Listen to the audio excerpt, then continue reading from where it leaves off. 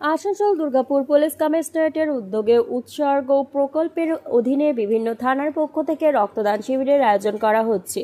এই পরিপ্রেক্ষিতে হীরাপুর থানার উদ্যোগে স্টেশন রোডের এক বেসরকারি ম্যারেজ হলে এক রক্তদান শিবিরের আয়োজন করা হয়।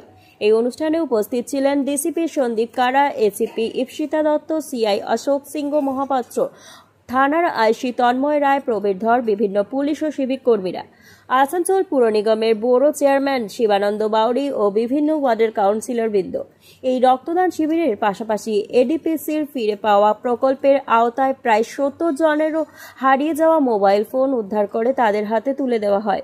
উল্লেখযোগ্য, একজন সাইবার প্রতারণার শিকার মহিলার 5 লক্ষ টাকা উদ্ধার করে ফেরত দেওয়া হয়, যা উপস্থিত সকলকেই অভিভূত করে।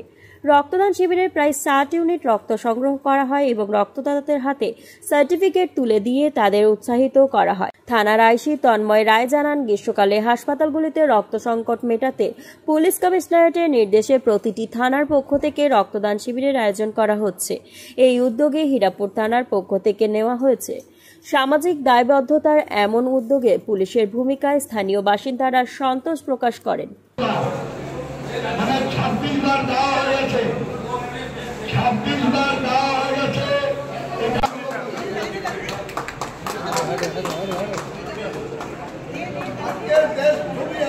এখন ভালো তো লাগছে, কারণ এটা প্রথমবার নয়, এটা আমার 27তম রক্ত দেওয়া।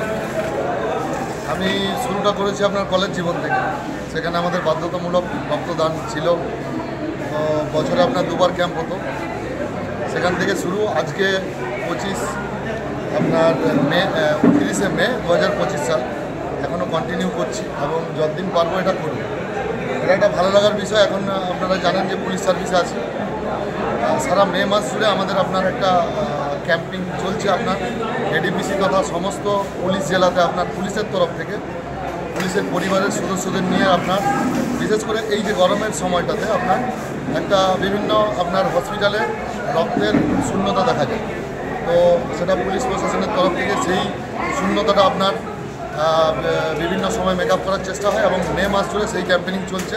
তারই এটা পার্ট ছিল। আজ হীরাপুর থানার তরফ থেকে মাননীয় ডিসি স্যার উপস্থিত ছিলেন, ওনার আপনার তত্ত্বাবধানে আজকের এই ক্যাম্পটা। কতজন ব্লাড দিল আমাদের?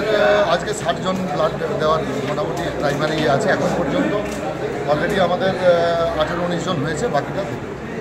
হ্যাঁ, এর সাথেই আমাদের একটা আপনার প্রজেক্ট আছে আপনার ফিরে পাওয়া। এটাও পুলিশের প্রজেক্ট।